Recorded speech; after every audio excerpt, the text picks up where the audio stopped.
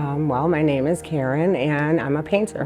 Well, so I grew up on the east side. I came to this country when I was 2 years old, and I have lived around here in the same 5 miles basically my entire life. I learned when I was working on the road, if I told people that I was from here, I got a bad response, like, oh, it was kind of like stereotyped, you know?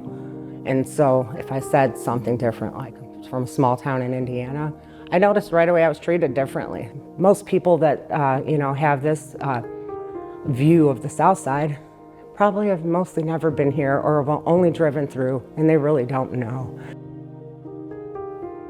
My father's from Norway and my mother's from Chicago, and it's believed that they met here in this bar.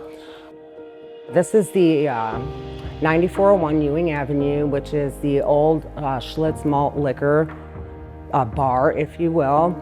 It's obviously been abandoned for quite some time, and we're bringing it back to life.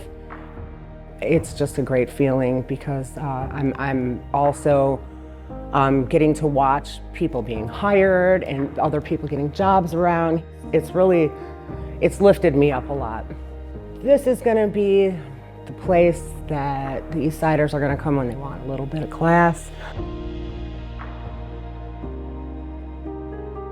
A healthy community would be one with jobs, one where people don't have to break the law, feed their families, wake up in the morning and have a sense of pride, because they're going to their job to bring home a paycheck.